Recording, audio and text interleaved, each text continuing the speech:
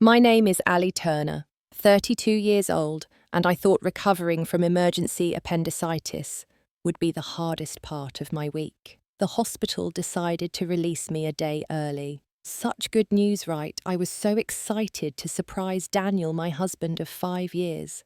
I pictured his face lighting up when I walked through our front door. Instead, I opened that door and my entire world shattered. Before I tell you how my entire life crumbled in seconds, drop a comment letting me know where you're watching from and subscribe to hear more stories about betrayal and rebirth. I met Daniel at a friend's birthday party when I was 27. He had this infectious laugh that could fill an entire room and eyes that seemed to sparkle when he talked about his work as a software engineer. We hit it off immediately, talking until the party died down around us. By the end of the night, I knew there was something special between us. Our relationship moved at what my mother called a sensible pace. We dated for a year, exploring Atlanta together, finding our favorite coffee shops and hiking trails. Daniel proposed after 12 months during a weekend trip to Savannah. The ring was perfect, a vintage emerald surrounded by tiny diamonds. We spent the next 6 months planning a small wedding at a charming farmhouse outside the city. The ceremony was everything I had dreamed of.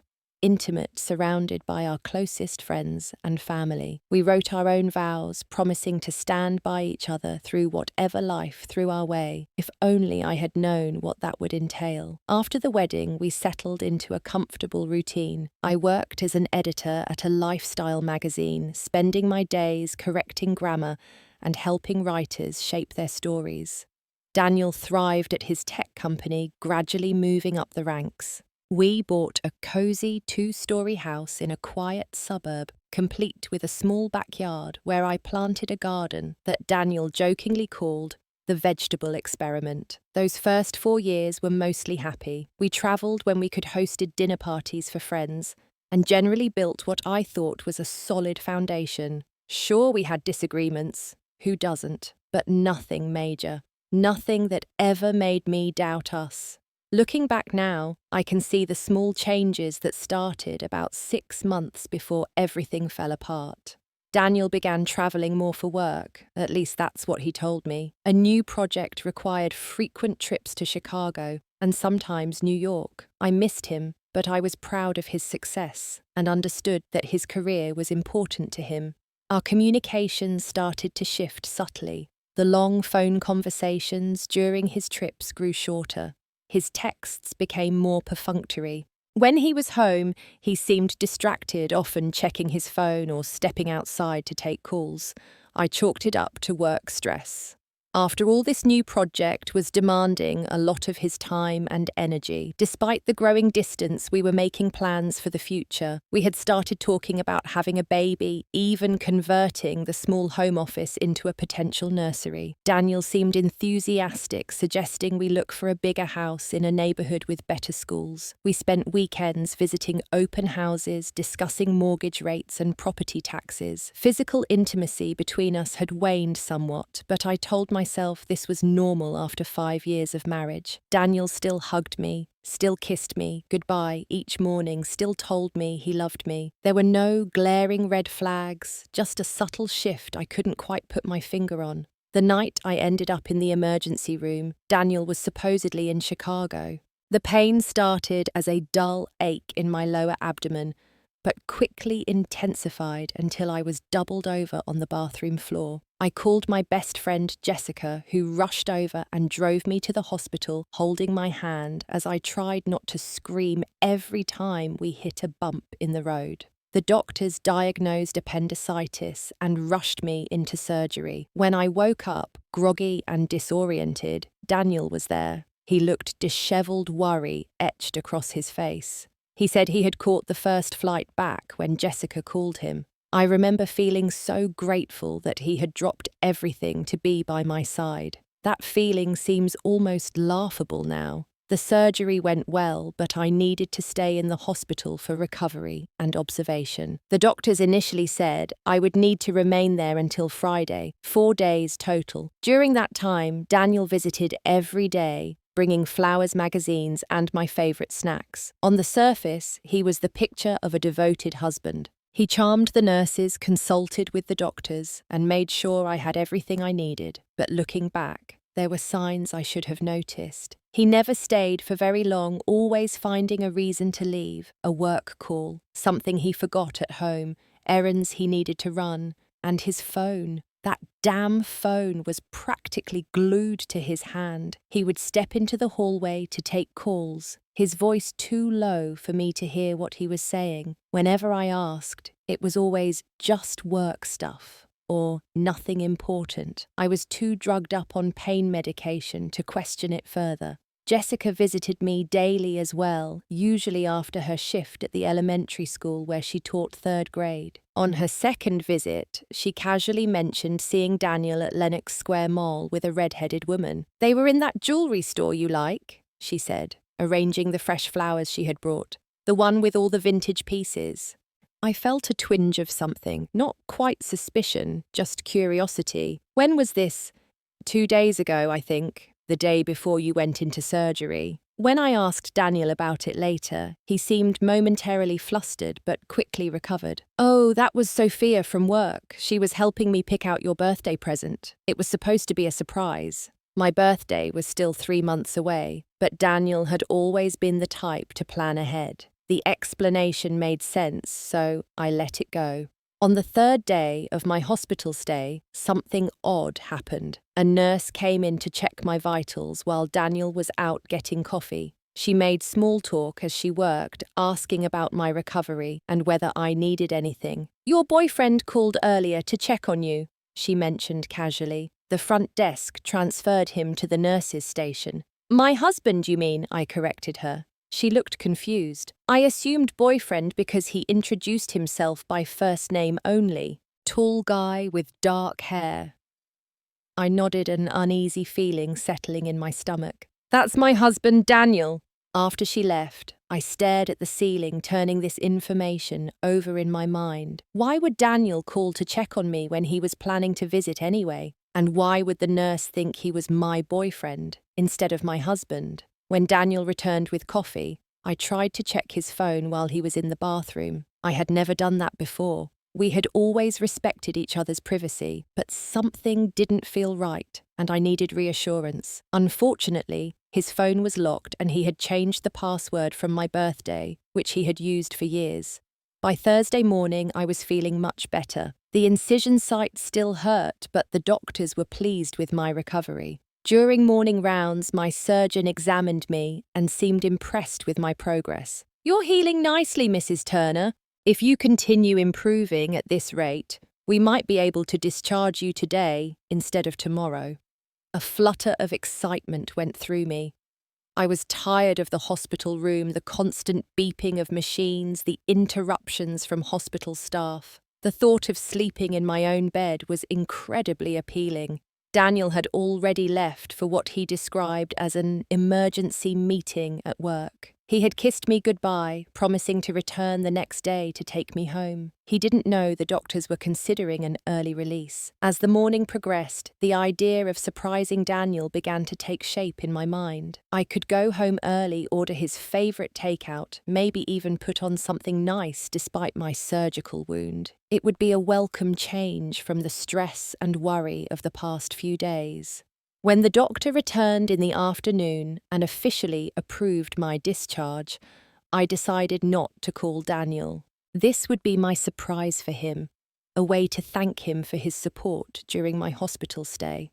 I signed the discharge papers, received my prescriptions and care instructions, and prepared to head home a day earlier than planned. The taxi ride from the hospital to our suburban home took about 45 minutes. I spent the time looking out the window, excited about my surprise for Daniel. Despite the discomfort from my surgery, I felt light-hearted for the first time in days. I asked the driver to stop at a small florist shop a few blocks from our house.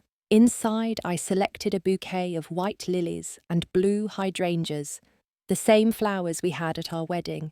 The symbolism seemed perfect for what I imagined would be a reconnecting evening for us. I also picked up a bottle of his favourite wine, even though I couldn't drink it while on medication. This night would be about him, about us.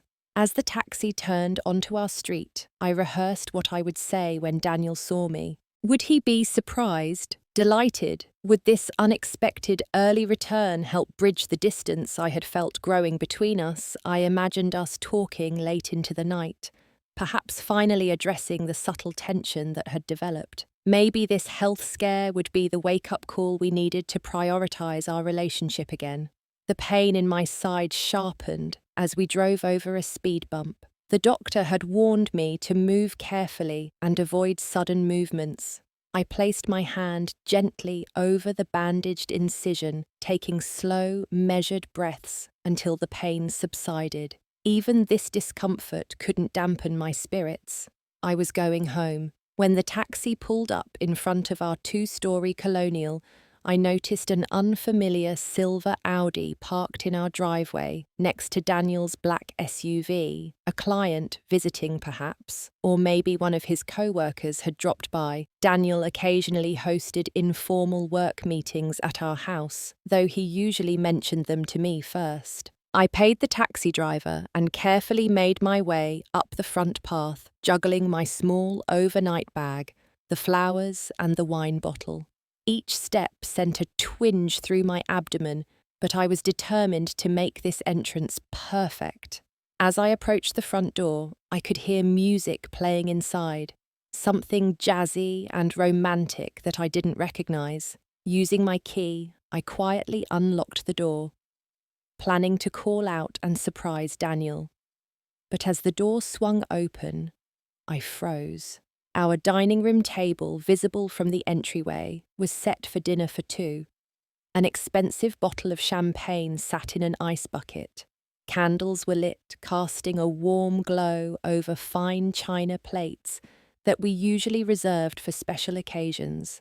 My first thought, oddly enough, was that Daniel had somehow found out about my early release and planned this romantic dinner to welcome me home. But that made no sense. He hadn't been at the hospital when the doctor approved my discharge. No one knew I was coming home today except the hospital staff. I set down my bags and the wine bottle as quietly as possible. There was more to this scene than I had first noticed. A woman's leather jacket hung over one of the dining chairs, a jacket I had never seen before. An expensive-looking purse sat on our entryway table. From upstairs, I heard laughter, Daniel's deep chuckle followed by a higher-pitched feminine giggle. My heart began to pound so hard I could feel it in my surgical wound. Each beat sent fresh pain through my side, but it was nothing compared to the ache beginning to spread through my chest. Moving as silently as my condition would allow, I made my way to the staircase. Every step felt like a mile.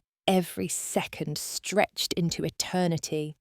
Part of me wanted to run out the door, pretend I had never seen any of this. But a stronger part needed to know, needed to see with my own eyes what I already suspected was happening in my bedroom.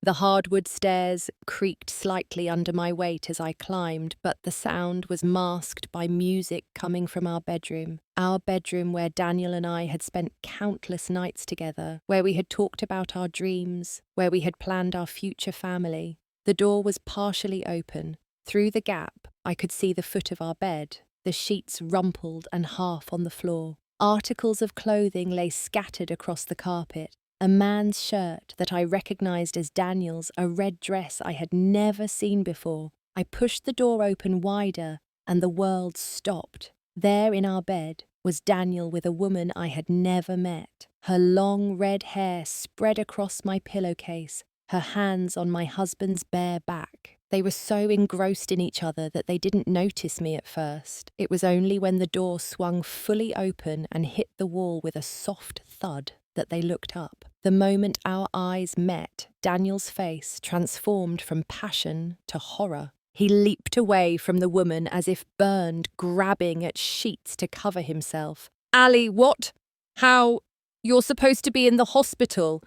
The red-headed woman let out a small scream, clutching the sheet to her chest, her eyes wide with shock and what might have been shame. I stood in the doorway, one hand on my painful incision, the other gripping the doorframe for support. I couldn't speak. I couldn't move. I could only stare at the scene before me, trying to process what I was seeing. My husband in our bed with another woman on the day I came home from the hospital. I don't know how long I stood there frozen in the doorway. Time seemed to stretch and contract all at once. My mouth was dry, my heart pounding so hard it felt like it might break through my ribs. The pain from my surgical wound faded into the background, overwhelmed by the searing ache in my chest. Daniel recovered first, scrambling out of bed, with the sheet wrapped around his waist. His face was pale eyes wide with panic. "Ali, I can explain, it's not what it looks like." A laugh escaped me then, a harsh, broken sound that hurt my throat.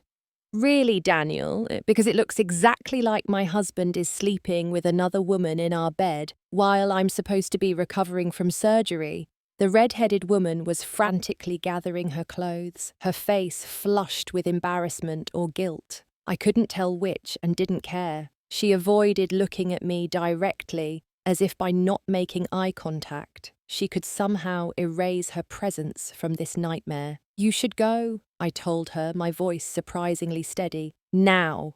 She nodded, clutching her clothes to her chest. "I'm so sorry," she whispered as she slipped past me into the hallway bathroom. Once she was gone, I turned back to Daniel, who had pulled on his boxers and was standing by the bed, looking lost. I expected to feel rage to scream and throw things. But instead I felt oddly calm, the kind of calm that comes when you're in too much shock to process what's happening. "How long?" I asked simply. Daniel ran his hands through his dishevelled hair. "Ali, please, can we talk about this when you're feeling better? You just got out of the hospital. You need to rest."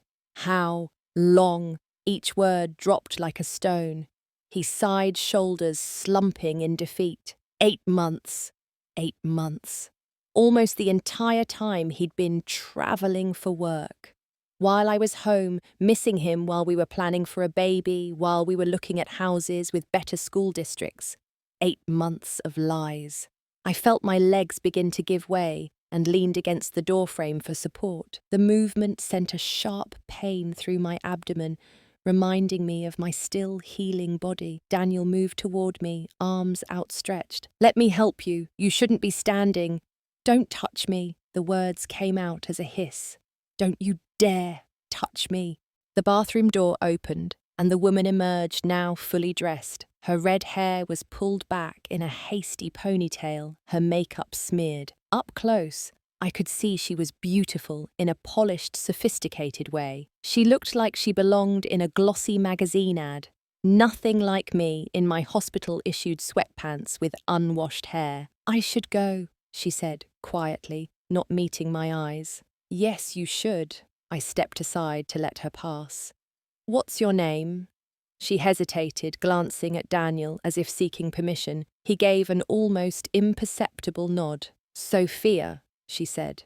"Sophia Winters." The name hit me like a physical blow. Sophia, the co-worker who had supposedly helped Daniel shop for my birthday present. The explanation for why Jessica had seen them at the mall together. "You work with Daniel?" I asked, though I already knew the answer. She nodded. "In the marketing department." Another lie. Daniel had told me she was from the development team, not marketing. How many other lies had there been? "Do you know who I am?" I asked her. She looked at the floor. "You're his wife." "And did you know he was married when this started?" Daniel interrupted. "Ali, this isn't her fault. If you want to be angry with me." I ignored him, keeping my eyes fixed on Sophia. "Did you—" She nodded slowly. "Yes. He said you were having problems, that you were probably going to separate soon." A bitter laugh escaped me. "Well, he got that part right. Just not in the way he planned." Daniel stepped forward. "Ali, please. Let's talk about this rationally. You're upset, and you have every right to be, but you're still recovering. You need to calm down." Something in me snapped at those words. Calm down. After finding him in our bed with another woman, after discovering 8 months of lies and betrayal. Get out, I said, my voice deadly quiet. Both of you get out of my house. Now. Sophia didn't need to be told twice. She grabbed her purse from where it had fallen beside the bed and quickly moved past me toward the stairs. Daniel, however, stood his ground. This is my house too, Ali. I'm not leaving you alone when you're just out of surgery. Let me at least make sure you're okay, and then we can figure this out.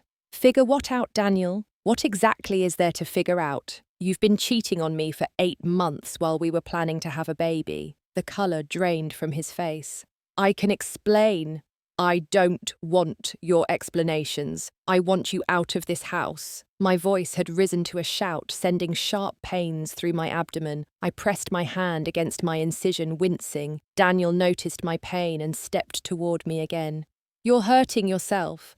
Please let me help you to bed. Make sure you take your medication. Then I'll go, I promise. The concern in his voice made everything worse somehow. How dare he act like a caring husband now? I don't need your help, I said. What I need is for you to leave. Now. Before I call the police and tell them I have an intruder in my home. His eyes widened. You wouldn't. Try me. We stared at each other for a long moment. I could see the calculation in his eyes, weighing his options. Finally, he nodded. Fine, I'll go to a hotel tonight. But we need to talk about this tomorrow when you've had time to process. Process what? That my husband is a cheating liar. I think I've processed that just fine. He sighed, gathering some clothes and shoving them into a duffel bag. This isn't all on me, Ali. Our marriage hasn't been good for a while. You've been distant too. The audacity of his attempt to shift blame made my blood boil. Get out before I throw something at you, and it won't be soft. As he passed me in the doorway, he paused. I never meant to hurt you, Ali. This just happened. Things like this don't just happen, Daniel. You made choices. Every single day for 8 months you chose to lie to me. You chose to betray me. Now I'm choosing to end this marriage. He flinched as if I'd slapped him, then continued down the stairs without another word. I heard the front door open and close, followed by the sound of car engines starting, first Sophia's, then Daniel's. Only when I was sure they were both gone did I allow myself to sink to the floor, my back against the bedroom wall, and finally let the tears come. The pain in my abdomen intensified with each sob, but I couldn't stop crying.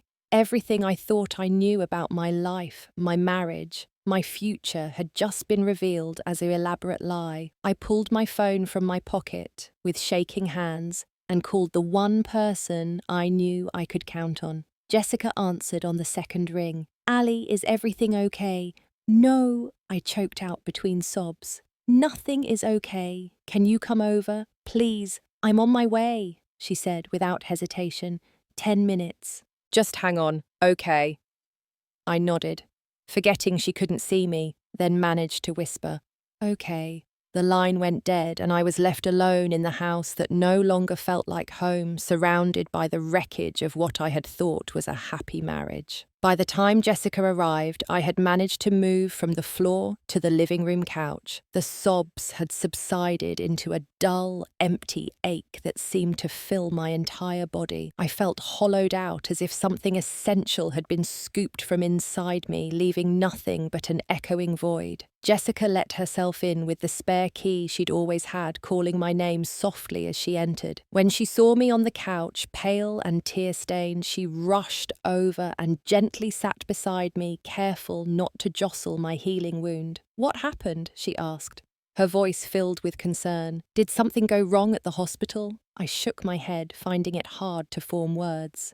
How could I possibly explain what I had just witnessed? How could I articulate the complete devastation of everything I thought I knew? Daniel. I finally managed. Daniel and a woman here, in our bed. Jessica's eyes widened as understanding dawned. Oh, Ali, she whispered, reaching for my hand. Oh my God. Slowly, painfully, I told her everything. The early discharge, my surprise, return, the romantic dinner set for two, and the devastating scene I had discovered upstairs. As I spoke, Jessica's expression shifted from shock to anger, her grip on my hand tightening. 8 months, I repeated the number, still incomprehensible to me. He's been seeing her for 8 months, Jess. While we were talking about having a baby, while we were looking at houses. Jessica shook her head, disgust clear on her face. That absolute bastard. And after you just had surgery, I always thought Daniel was one of the good ones. So did I. I closed my eyes, exhaustion suddenly washing over me. It was Sophia, the woman you saw him with at the mall. He said she was helping him shop for my birthday present. Jessica's expression changed, guilt flashing across her features. Ali, there's something I need to tell you. I looked at her, a new knot of dread forming in my stomach. What is it? She took a deep breath. That wasn't the first time I saw them together. I've seen them around the city a few times over the past months. At restaurants once, at a movie theatre. She squeezed my hand. I didn't want to say anything because I convinced myself they were just work friends. I didn't want to hurt you or cause problems in your marriage if I was wrong. The revelation stung, but I couldn't blame Jessica. Would I have believed her if she had told me? Or would I have defended Daniel, made excuses for him? Probably the latter. It's not your fault, I said. He fooled all of us. Jessica helped me take my pain medication and settled me more comfortably on the couch. The pills began to take effect, dulling both the physical pain and the emotional sharpness of what had happened. What are you going to do? She asked softly. I don't know, I admitted. Everything's happening so fast. This morning I was in the hospital thinking about surprising my husband. My voice broke.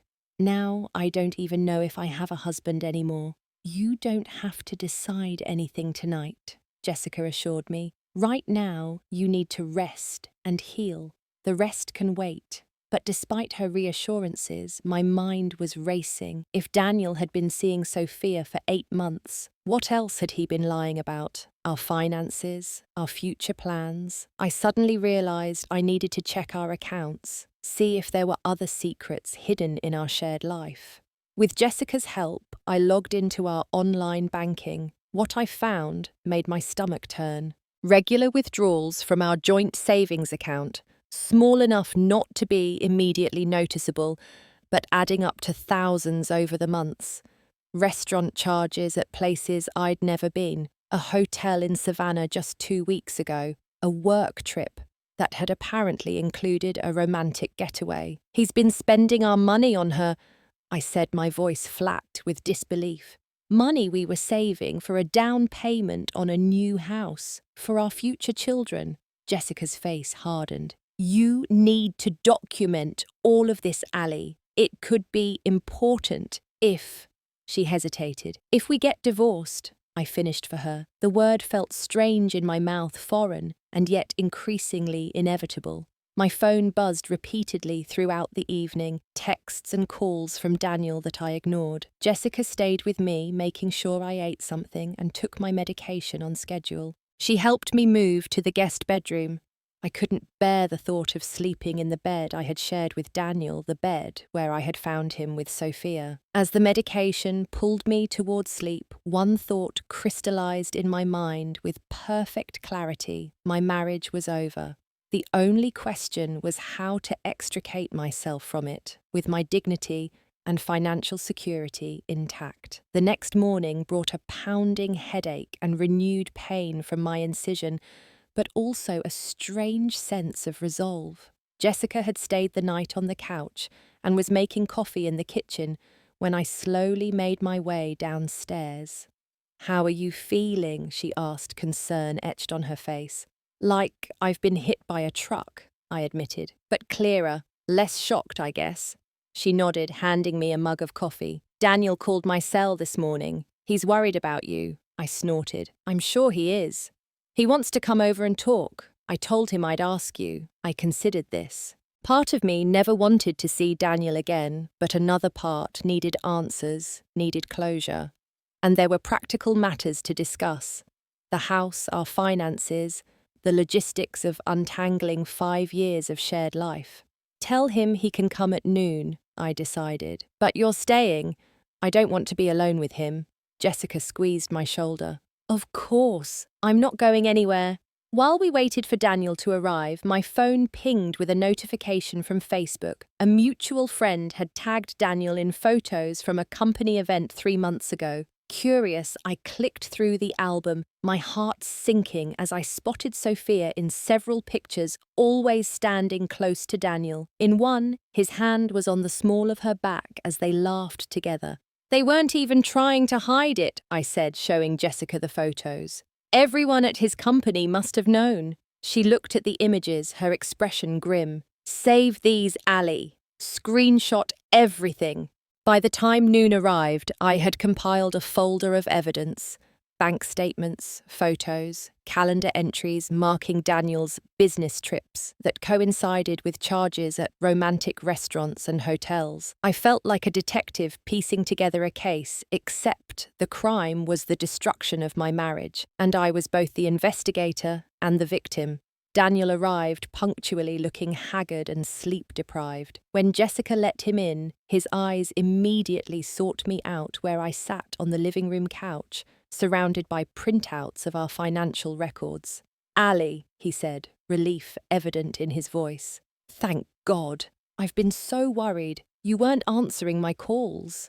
Sit down, Daniel, I interrupted, gesturing to the armchair across from me. We need to talk. He sank into the chair, eyes flicking nervously to Jessica, who had positioned herself protectively beside me on the couch. Can we talk privately? This is between us.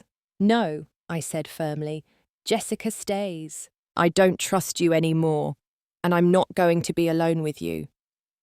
He flinched but nodded. Fair enough. For a moment, we sat in tense silence. I had rehearsed what I wanted to say, but now that he was here, words failed me. How do you begin a conversation about the end of what you thought was a loving marriage? Daniel spoke first. Ali, what you saw yesterday, I know how bad it looks, and I know saying I'm sorry doesn't even begin to cover it. But I am sorry. So sorry. 8 months, Daniel. I said, my voice surprisingly steady.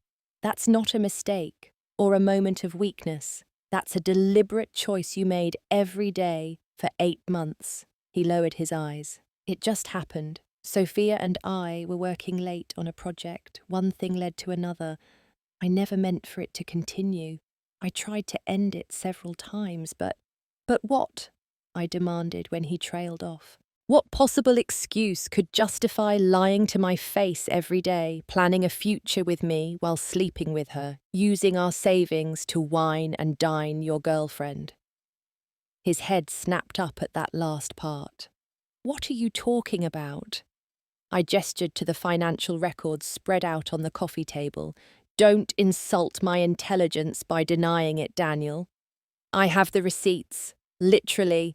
Dinners at Bacchanalia, weekend getaways, that bracelet from Tiffany that cost more than our monthly mortgage payment. Did you think I wouldn't notice? He had the decency to look ashamed. I can explain. Can you explain why you were talking about having a baby with me while carrying on with her? Can you explain how you could look me in the eye and plan our future when you were actively destroying our present? Because I'd really love to hear that explanation, Daniel. He ran his hands through his hair, a gesture so familiar it made my heart ache despite everything. Our marriage was struggling, Ali. You have to admit that. We've been growing apart for years. Anger flared within me. So your solution was to cheat instead of talking to me about it, instead of suggesting counselling or working on our problems together. You decided lying and betrayal were better options. That's not fair, he protested. I tried to talk to you many times. You were always busy with work, always tired or stressed. You didn't seem interested in fixing things. Don't you dare turn this around on me, I said, my voice rising. If you were unhappy, you could have said so directly. You could have asked for a separation. You could have done 1,000 things that didn't involve betraying every vow we made to each other. Daniel leaned forward, his expression earnest. Ali, I know I've made terrible mistakes, but I still love you. We can work through this. Couples survive affairs all the time. We can go to counselling, rebuild trust. A harsh laugh escaped me. You think this is just about the affair? It's about the lying, the manipulation, using our money we saved together for our future, to finance your relationship with her. It's about looking me in the eye day after day and making me believe in a future you knew was never going to happen. I took a deep breath, wincing at the pain in my side. And then there's yesterday. You brought her into our home, into our bed while I was in the hospital recovering from surgery. Do you have any idea how cruel that is? He had the grace to look genuinely ashamed. I thought you wouldn't be home until Friday. That's not an excuse, I know. It was wrong. All of it was wrong. At least we agree on something, I said coldly. Now we need to discuss practical matters. I want you to move out, today. You can come back when I'm not here to get your things, but I want your keys before you leave. Daniel's face fell as the reality of the situation seemed to finally hit him.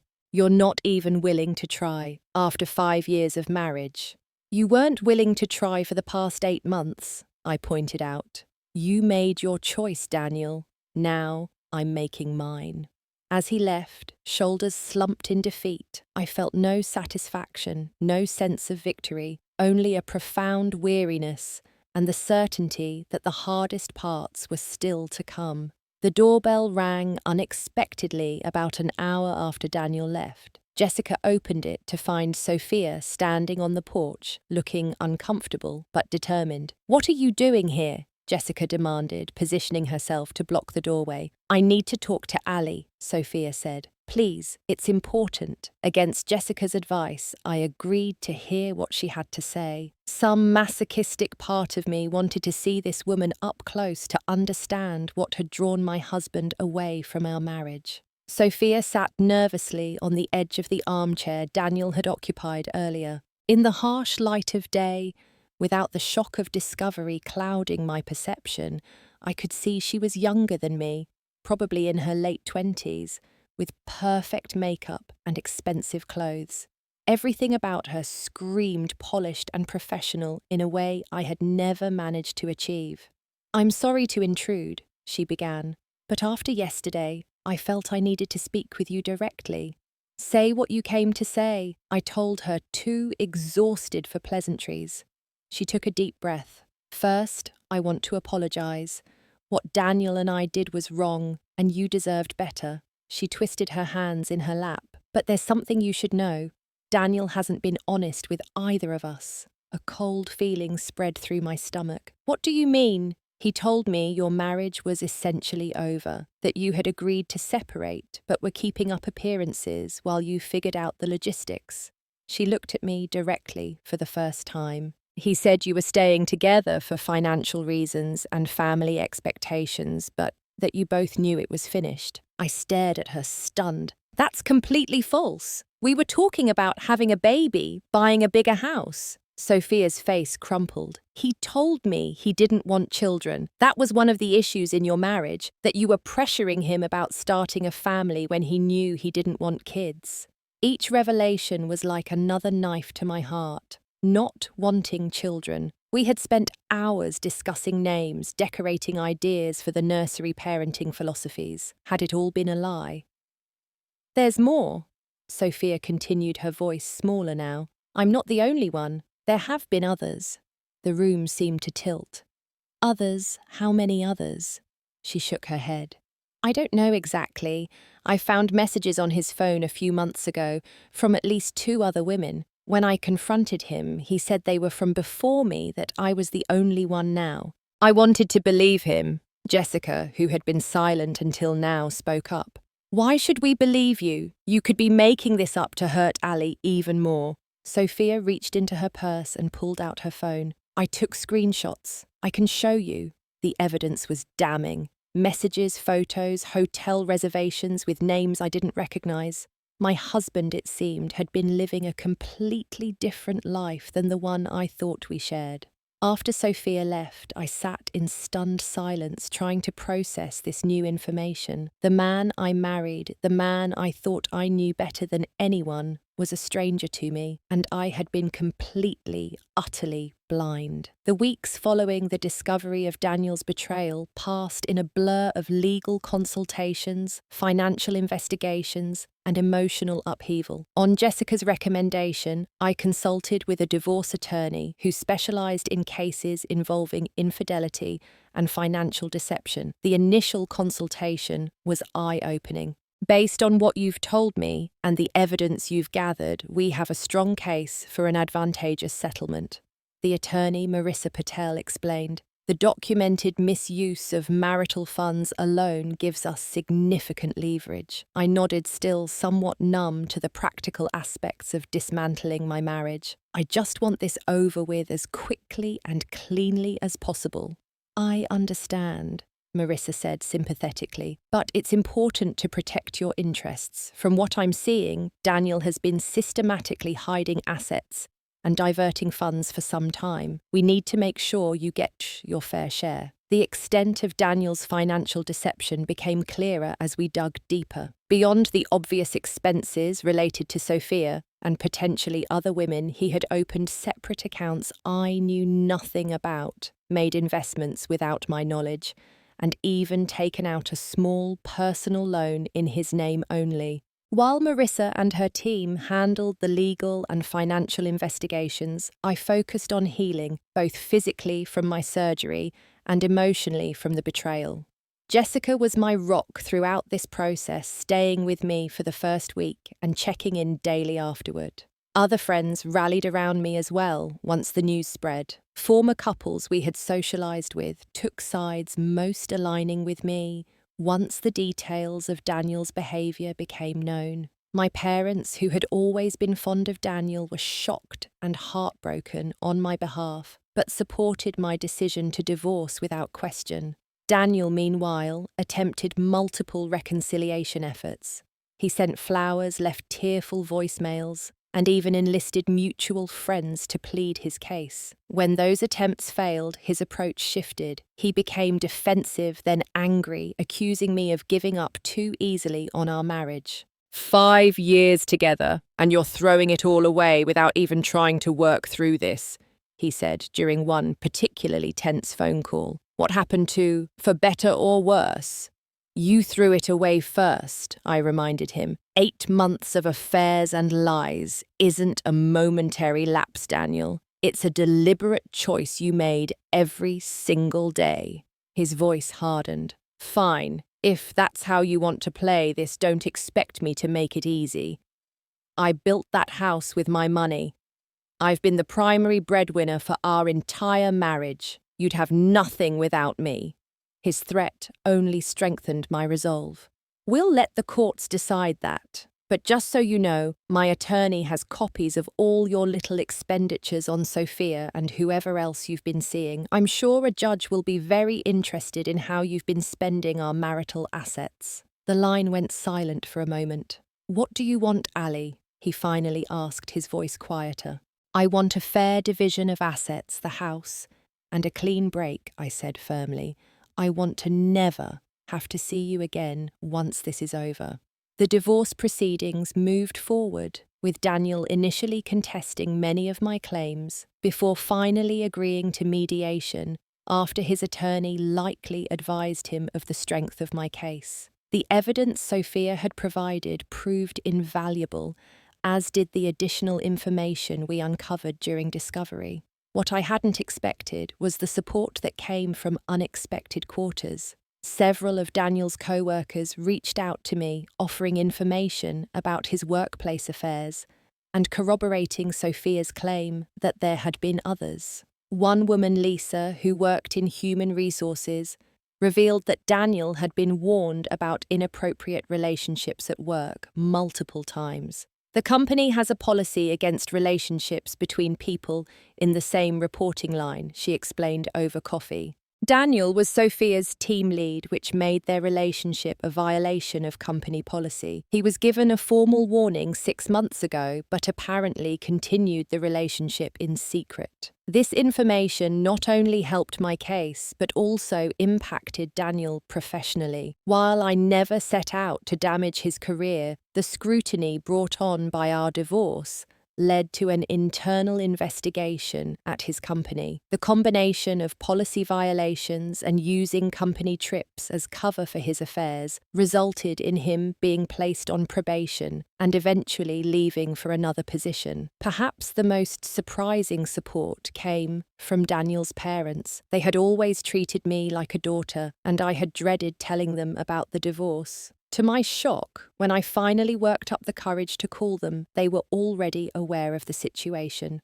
"Daniel told us," his mother said, her voice heavy with disappointment. "Not the whole truth, I'm sure, but enough. We raised him better than this, Ali. We want you to know that we consider this his failure, not yours." Their support brought me to tears. "I always loved being part of your family," I told her. "That's one of the hardest parts of all this." "You'll always be family to us," she assured me. "This divorce is between you and Daniel. It doesn't change how we feel about you." 6 months after that devastating day, when I came home early from the hospital, our divorce was finalized. The settlement was more favorable than even my attorney had initially hoped for. I kept the house, which was mostly paid for with an inheritance from my grandmother anyway, received a significant portion of our joint assets, and even a percentage of Daniel's retirement accounts. The day I received the final divorce decree, I sat alone in what was now solely my living room, the official document in my hands.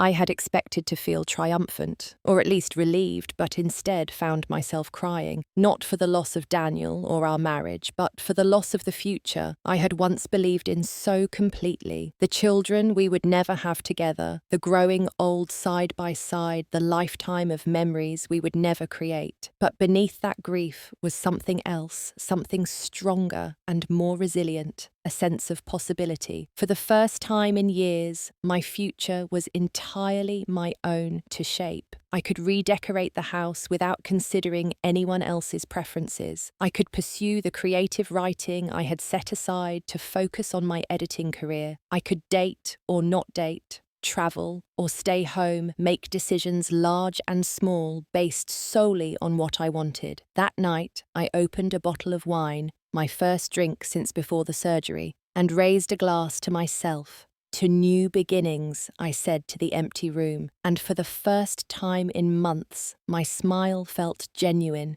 In the year following my divorce, I embarked on a journey of rediscovery and healing that transformed me in ways I never could have imagined that painful day when I came home early from the hospital. The first few months were admittedly difficult. Despite the finality of the divorce and the overwhelming evidence of Daniel's betrayal, I still experienced moments of doubt, wondering if I could have done something differently to save my marriage. Therapy helped me recognize these thoughts for what they were, the natural grieving process for the relationship I had lost and the future I had envisioned.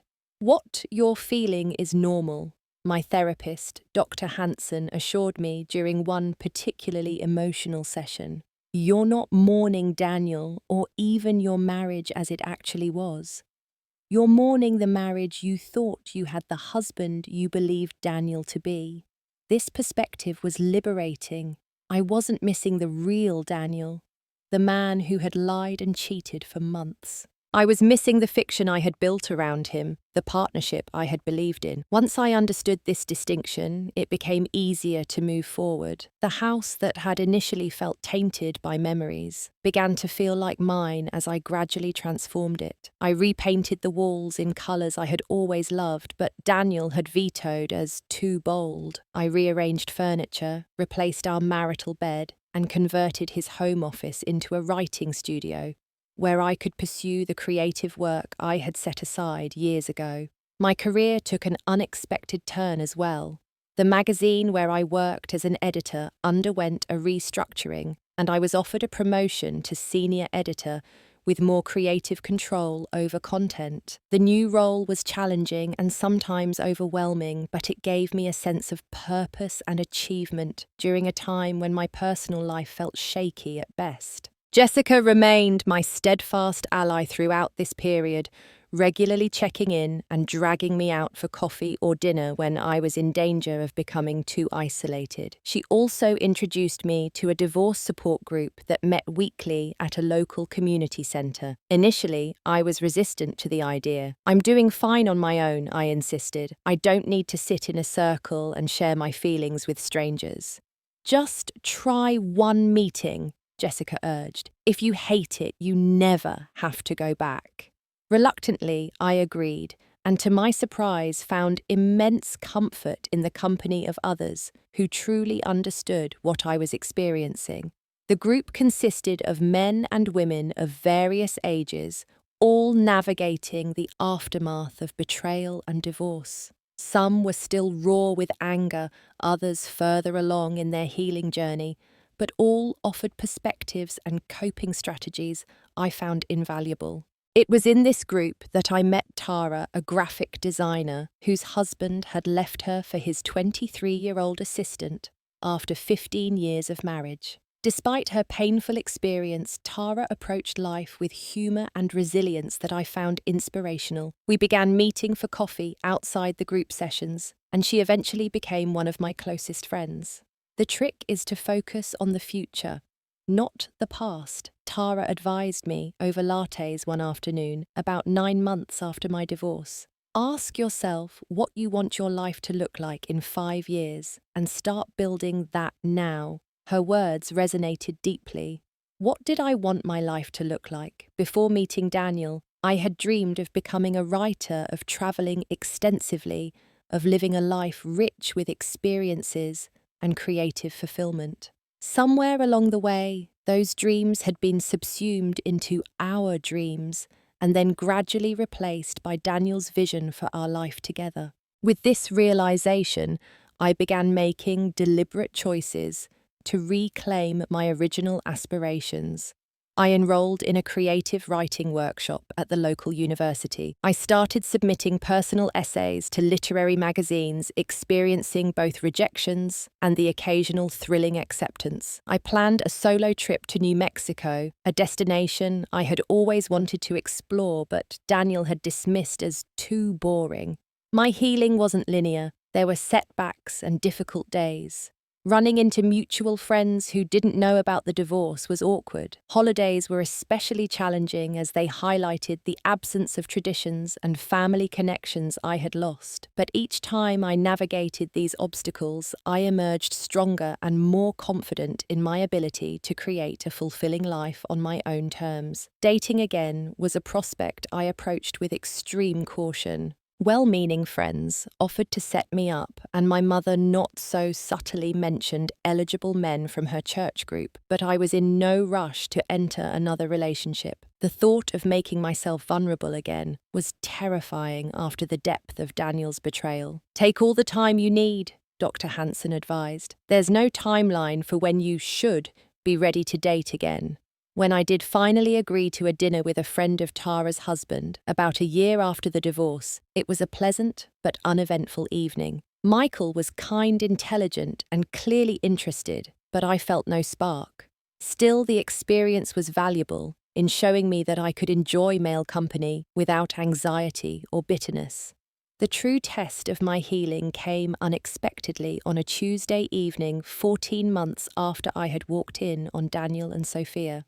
I was having dinner at a new restaurant with Tara when I spotted them across the room. Daniel and a woman I didn't recognize intimately sharing a meal. My heart raced at the sight of him, but to my surprise, the overwhelming emotion wasn't pain or anger, but a strange sense of indifference. Daniel hadn't noticed me yet, and I had a moment to decide how to handle the situation. The old Ali might have left to avoid confrontation, or perhaps approached with righteous anger. Instead, I continued my conversation with Tara, occasionally glancing their way, until eventually Daniel looked up and our eyes met. The shock on his face was almost comical. He froze mid-sentence, clearly caught off guard. His companion, noticing his distraction, turned to follow his gaze.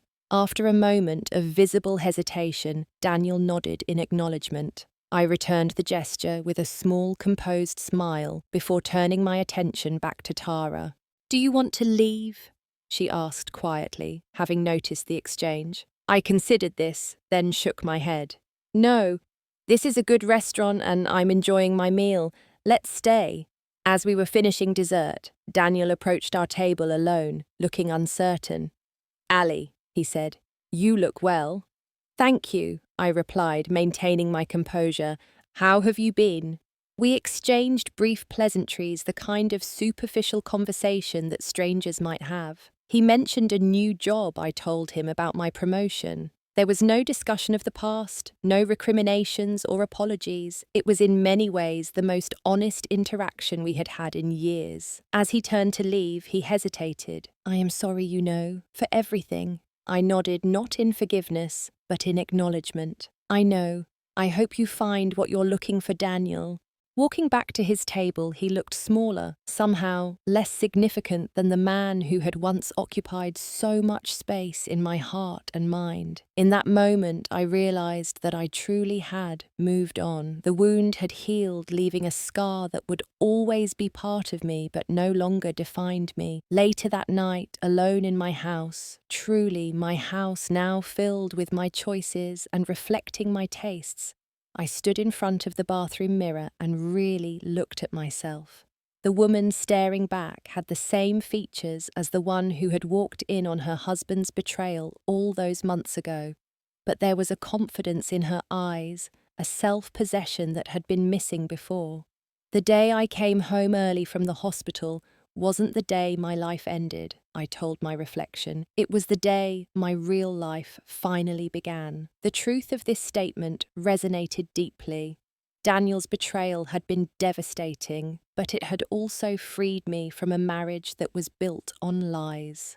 It had forced me to confront my own strength to rebuild my life on a foundation of self-respect and authenticity. As painful as that day had been, I wouldn't change it now, if I could. Without that moment of brutal truth, I might have continued for years in the comfortable illusion of my marriage, never knowing the joy of reclaiming my own dreams, never experiencing the deep satisfaction of creating a life that was truly mine. If you have ever experienced betrayal or loss that seemed unbearable, know that healing is possible. The path isn't easy or straightforward, but each step forward, no matter how small, brings you closer to a new beginning. Trust your intuition, surround yourself with supportive people, and most importantly, remember that your worth isn't determined by someone else's actions or choices. Have you ever had to rebuild your life after a devastating loss? Share your experience in the comments below. And if this story resonated with you, please like, subscribe, and share it with someone who might need to hear that there is life. Beautiful, authentic life after betrayal. Thank you for listening to my journey, and I wish you strength and healing on yours.